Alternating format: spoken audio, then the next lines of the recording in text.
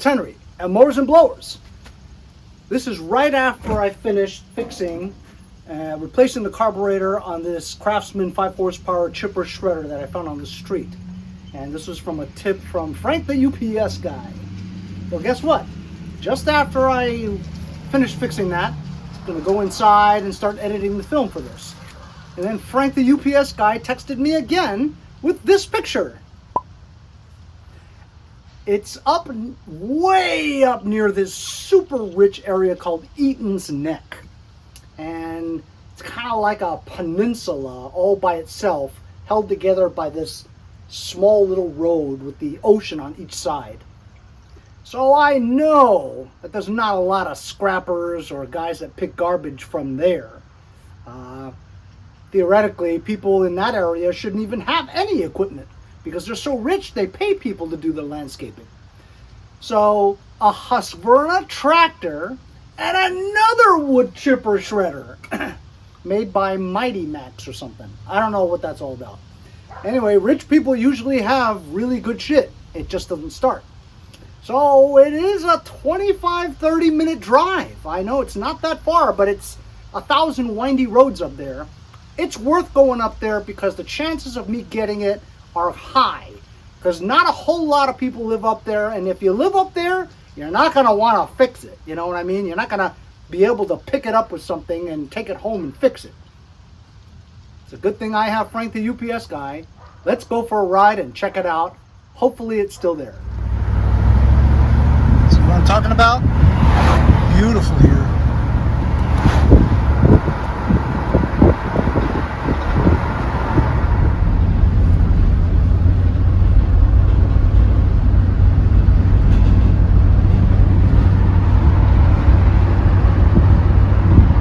In 1 mile, turn left onto Locust Lane.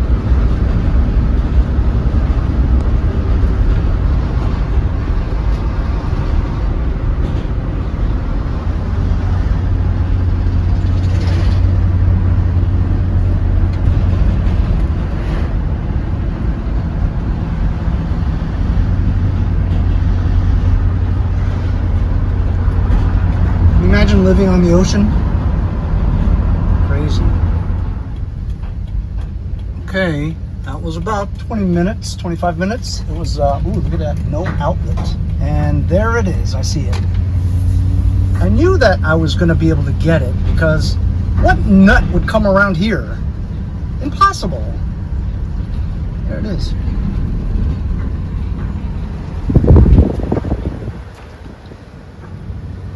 I'm gonna turn around. All right. Obviously somebody's house. Here it is, Mighty Mac chipper shredder. And Husqvarna Lth1538. Wow, that's small. 38-inch deck, 15 horsepower. Oh, cool. Nice little engine. You guys think it'll roll? Because that's the biggest issue, is if it rolls. I'm gonna put you on time lapse.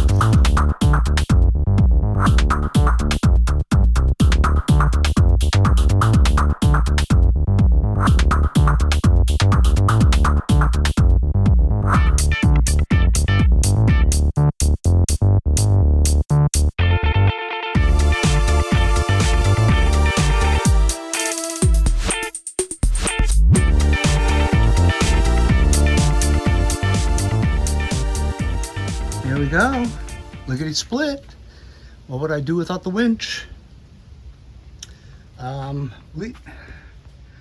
Believe it or not, this is actually in worse shape than the other one.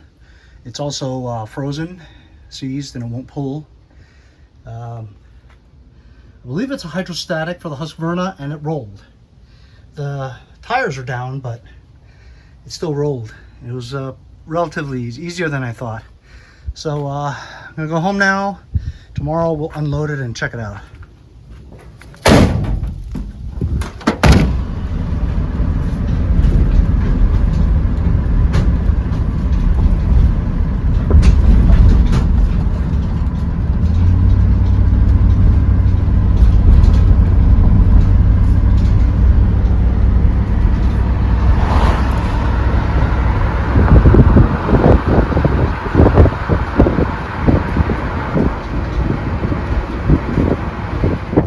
the next day.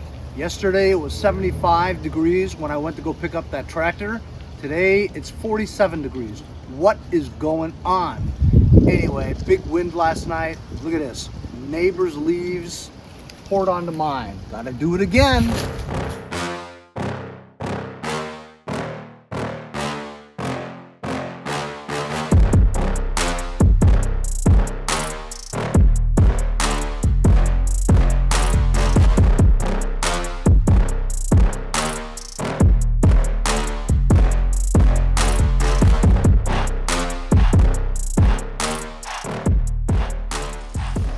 As you saw, lickety split, blew and picked up most of my leaves until the next 2 days. I have to do it all over again. It's just a process in fall, you know.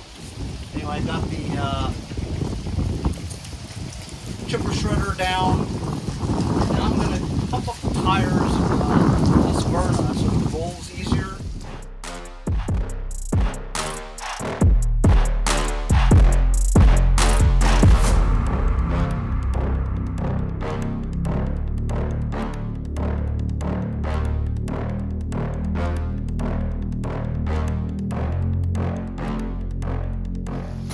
I got one of the rear tires up, but the other one, pumping for a long time and really wasn't inflating very much, and then I noticed the valve was pushed in.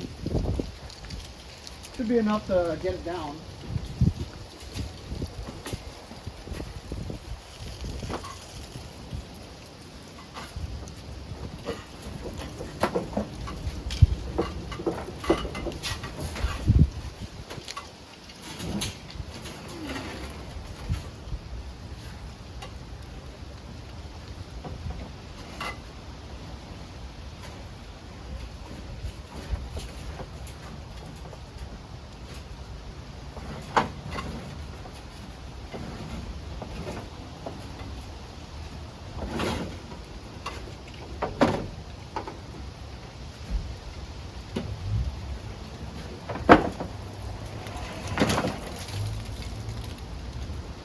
Even though it's freewheeling, it's not really that freewheeling. It's under some kind of resistance. Might as well blow out my rear.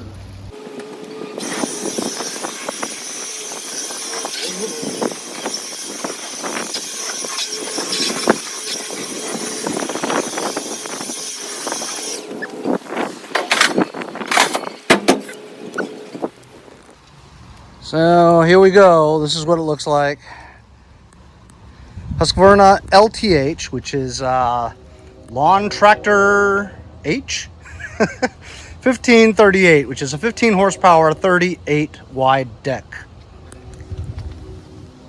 Deck looks excellent, wouldn't you agree? Also has the anti-scalp wheels.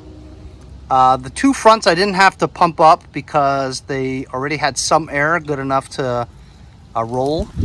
Like I said, the rear one here, I thought in the beginning that it might have been an inner tube, but when you push in on it, it seems like it'll go all the way in. I'm not really 100% sure. Might have to take off this wheel and push in the bead and see what the hell the story is. I can't tell. It looks like it might be an inner tube, but it's a busted inner tube. Anyway, that doesn't inflate. I'm gonna have to fix that because I don't have any spare wheels for lawn tractors. This one seems to hold air after I pumped it up, which is good. Like I said, here is the deck.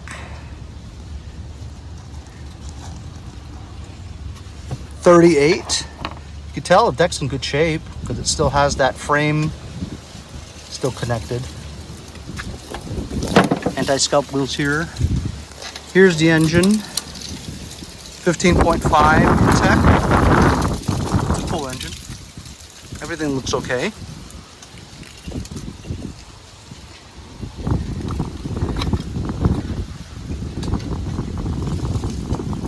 Very little Earl. I'm counting on the fact that because it's a rich area. Well, first of all, I'm surprised they even have a lawn tractor in a rich area, because usually they always have landscapers do their shit, you know. Wow, that gas doesn't look terrible, does it? Looks like it has stabilizer in it too, because it has a green hue. Unless it's water and it's algae.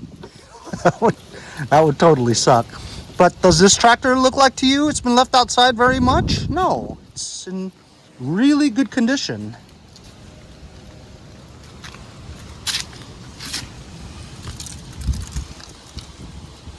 Well, maybe. Oil filter is very rusty. Fuel solenoid. Look at that, it has a lot of gas in there. Surprised it doesn't leak. So much gas, no fuel shut off.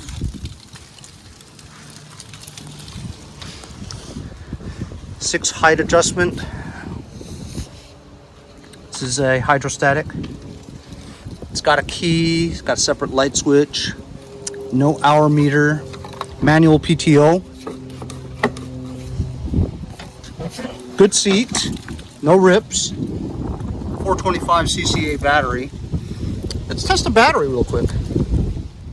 Got my top done battery tester. Problem is it needs juice in the battery for it to work. So this battery is completely done. I'm just going to change the battery real quick to another battery, an old battery that is out of the Rodimus Prime. I charged that up to 100%, but the health of it is only like 65%. But it should be good enough to test this. I just want to see if the engine cranks and everything. So I'm going to do it real quick.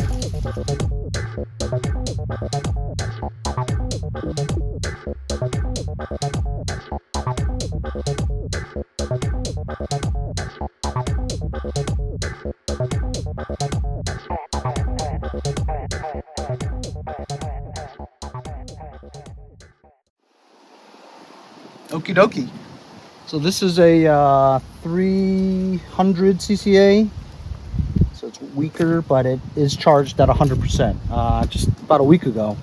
So I just want to see if this thing cranks. And what do you think? It'll turn over? What are you, crazy? I do want to see if it cranks. And if it cranks, then we know the solenoid is good, starter's good, all that other good stuff. So, what do you guys think? Think it'll make any noise?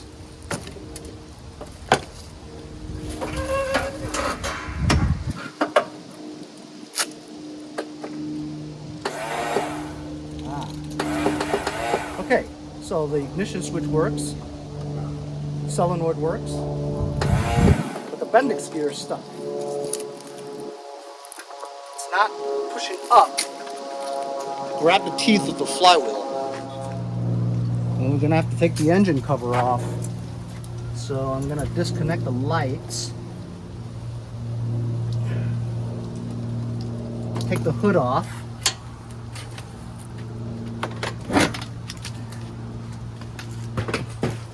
Get a couple of 3/8 bolts off and take this engine cover off. Just so we can see the starter Bendix gear area.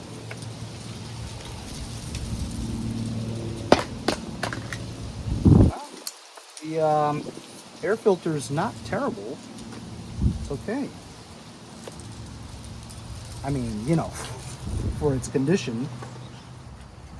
So I removed the bolts. There was only one on the front. The other one was missing, and it has the coil there. All right, here we go.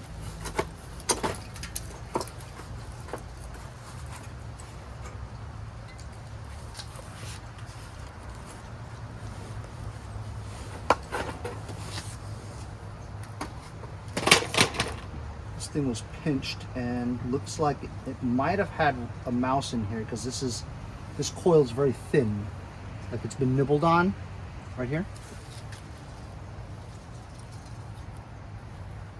There's something hinky about this coil. Like this part here is very like it's kinked and bent and maybe disconnected, so we may not be able to get spark. If you're looking at this Bendix gear here, check it out. So it's pretty rusty. It's not going to move up. So it spins, but it doesn't move up. So we're going to get some penetrating Earl. Okay, there's a good look of it. I'm using some of this liquid wrench that I have left over. I know people said you shouldn't be spraying this on starter shaft, but right now we're trying to free it up, okay? So got to do what you got to do. So we're going to try to move this manually. Just see, now it's starting to kind of move. There you go. See that? Let's turn it now and see.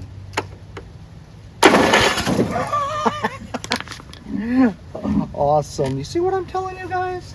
It's all it takes, man. All right. I don't want to crank it with this thing open like that because it could suck in stuff into the carburetor. I'm pretty sure we have to clean the carburetor, but I think I should put this thing back on. Just to, you know, when you crank it, you know, just have it covered at least.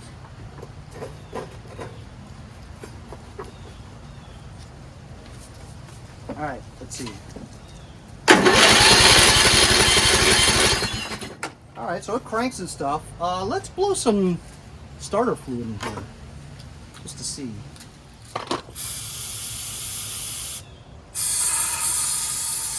That's a lot. All right, let's see.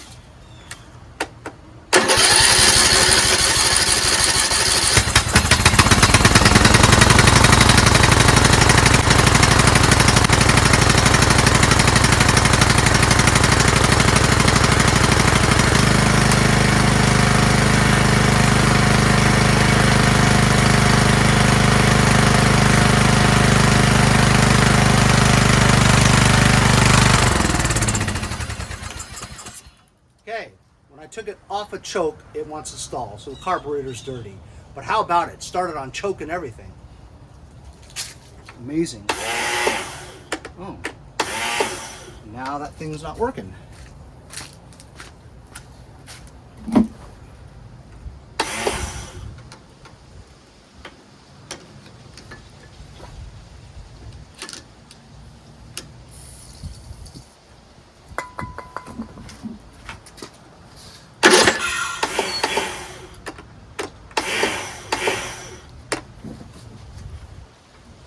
The starter sticks.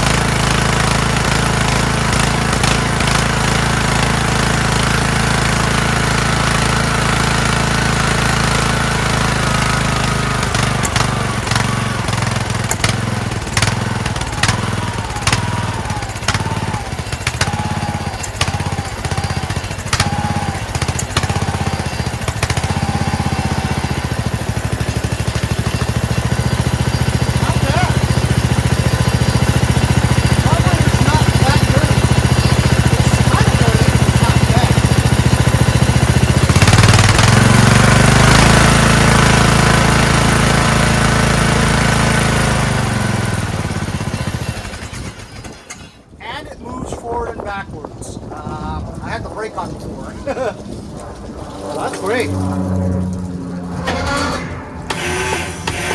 So the starter needs some attention, right? And engine starts and runs. That's fantastic. I'm not gonna completely do this right now. I was curious to see the condition of the engine and its starting status. I'm super lucky because for me to just do some simple things, this engine starts, runs, drives. I mean, I'm thinking that I'm thinking everything works. You might have to loosen up the deck a little bit with the pulleys because it may have been sitting for a while, and just got to move around the belts and stuff and the blades just to get it going again. Oil some things. But this thing runs and drives, man. But I do want to fix that tire or check it out because I'm going to have to drive this to the back somewhere to store for the winter. I'm going to add some oil in here because I am going to drive it to the rear. Put some more penetrating oil on the starter Bendix gear just to let it sit a little bit more. And I'm just stunned that it took so little to get this baby going. I think this will be probably the first thing I do next spring or when I run out of projects, because this is gold. Just finding it on the street for free. It's a decent tractor. This may even fit at my mom's house, you know, because it's a 38 wide. Even my Black Beauty's a 40. So this might even work at my mom's house, but I don't have a bagger for this. But let's take that left rear wheel off and see what the story is with the inner tube or the valve.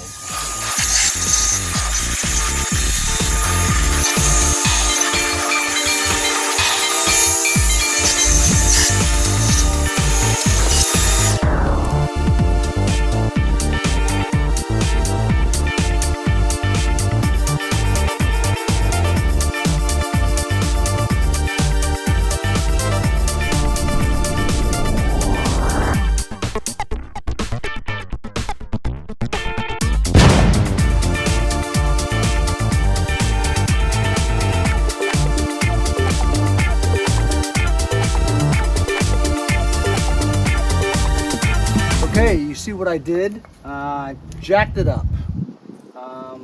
Found out that it was indeed an inner tube after I broke the bead.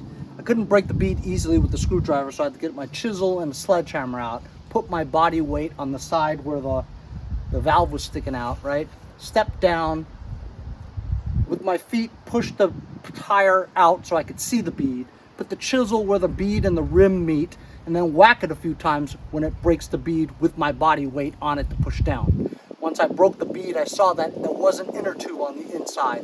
The inner tube is busted, okay? But then I thought to myself, the other side seems good, right? So let me just get a valve. So I got an extra valve that I had, put it in, pulled it, inflated it with air, and it inflated. Although there is dry rot cracks around here, and I put some ATF in there to swell the rubber so that the cracks would not be too bad. And it is holding air for the time being, but as you can see, here's some ATF that's leaking out of the dry rot cracks. That's okay. I mean, it's not okay, but it'll be good enough for me to drive it to the backyard, you know, which is what I'm going to do. I'm going to put some more air in the front tires, put the cover back on, put the thing back on, drive it to the backyard so I can store it for the winter. Because I have too many things to work on right now than to mess with this. Okay, I cleared out some room in the shed, believe it or not, had to consolidate. Pumped up all the air in the tires. You can see there, it's actually holding air for a good while. One of my review products, I've been using this a lot, tire inflator. I've used it all day, it still has plenty of juice. Pretty amazing. Let's hope that it starts because that Bendix gear's weird, right?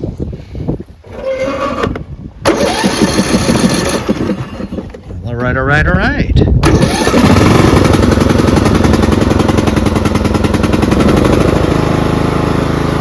Sounds good.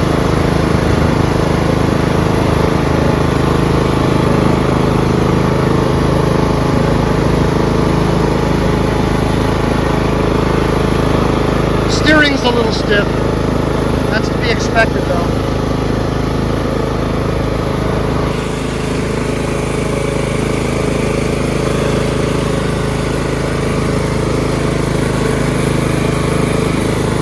Hey, I am driving a free tractor on the second day. My luck is getting better. I'm not picking up trash.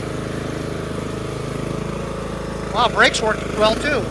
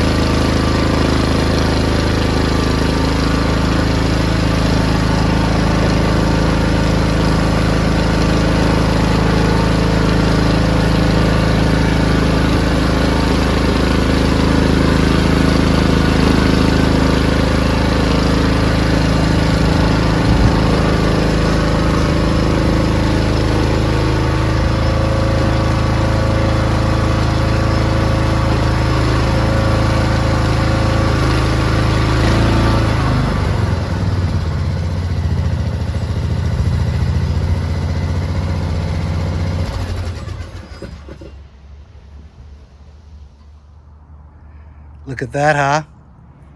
Got two Husqvarnas now. Got two tractors I got to work on next spring. Husqvarna is going to be easy to fix. It's starting running and driving. I made room for my my chipper shredder, which I also fixed. And I guess I'll start working on what we picked up yesterday, the other vac chipper.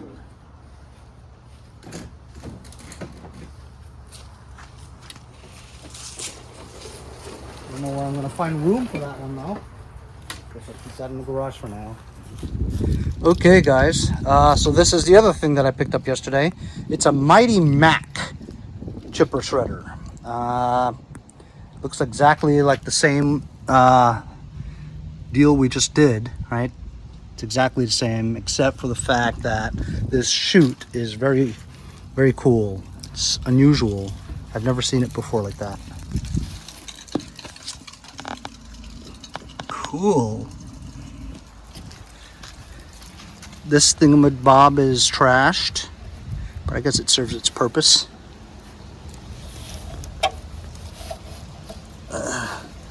Yeah, that's locked up. The thing about this one is, see, the legs for the front, it's this thing.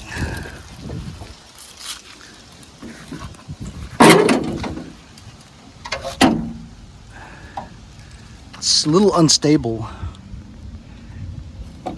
Kicking in chairs and knocking down tables in a restaurant in a western town. Call a policeman, there's a madman around.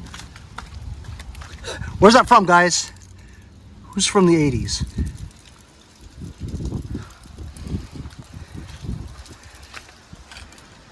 Let's see if the engine's locked up.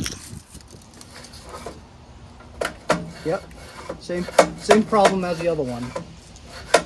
The carousel with the flails is messed up. It's stuck on the inner part. I guess we could just try to do the same thing we did last time. Get a crowbar and a chisel. See if we can free it up. Free!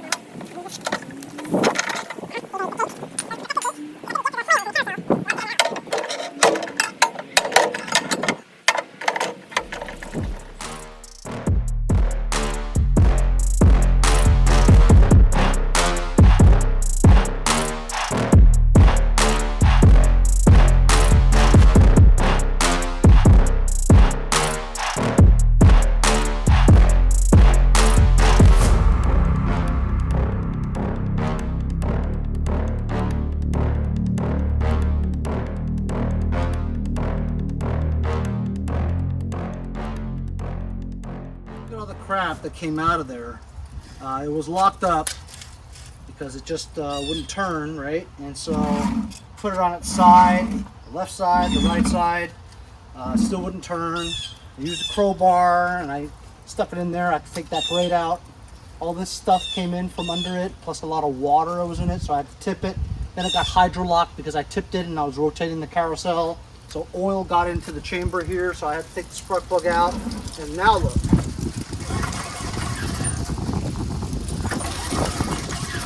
Still a little hard to pull, but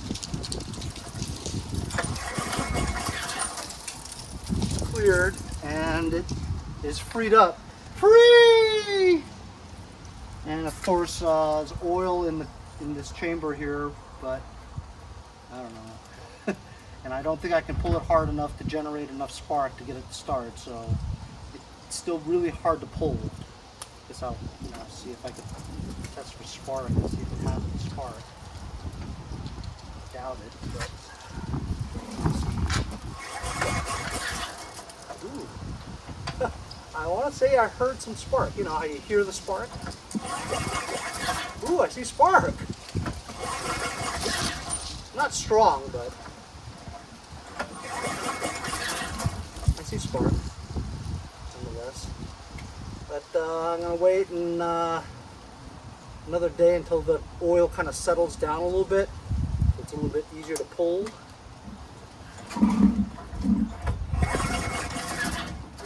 Maybe it's because I'm just worn out from pulling it. But it does pull free. Free! Got all the junk out of there, man. But how about it, huh? The free pick over in Eaton's Neck, Asharanek is where it's called. Anyway, they have their own private police department. Frank told me not to drive over 30, which I didn't. And Quinn the mailman came by today. I told him about yesterday. He's like, oh, you were up there? Don't speed. They don't have anything to do up there with those rich people. All they do is give out tickets. Anyhow, we picked up this Mighty Mac chipper shredder. The second chipper shredder in like 2 weeks. We got the other one going, which I'm stoked about. And what I'm even more stoked about is the fact that we picked up that Husqvarna 1538 and got it running. Drove it into the shed. That's not going to need too much. Cleaning up of the engine, cleaning the carburetor, testing to see if it generates electricity to recharge the battery, free up the blades if they're stuck, which isn't, which I expect it to be because it's been sitting for probably a long time. Has a lot of gas in it, runs, hydrostatic, tires. It's going to be flat by the time I get to it next, I'm pretty sure, and I don't have any more, so I should maybe go buy some inner tubes. I don't know. But anyway, what a great pick, huh? Another chipper shredder and a Husqvarna lawn tractor, and it runs and drives. Is that amazing? That's amazing. I haven't had too many of those recently, Sometimes you get lucky, and this one was it. So thanks a lot to Frank, the UPS guy, for, again, back-to-back tip from him on 2 shredders. Anyway, thanks a lot for joining me on today's pick episode. We'll probably work on this next. We'll see you guys next time on Mowers and Blowers.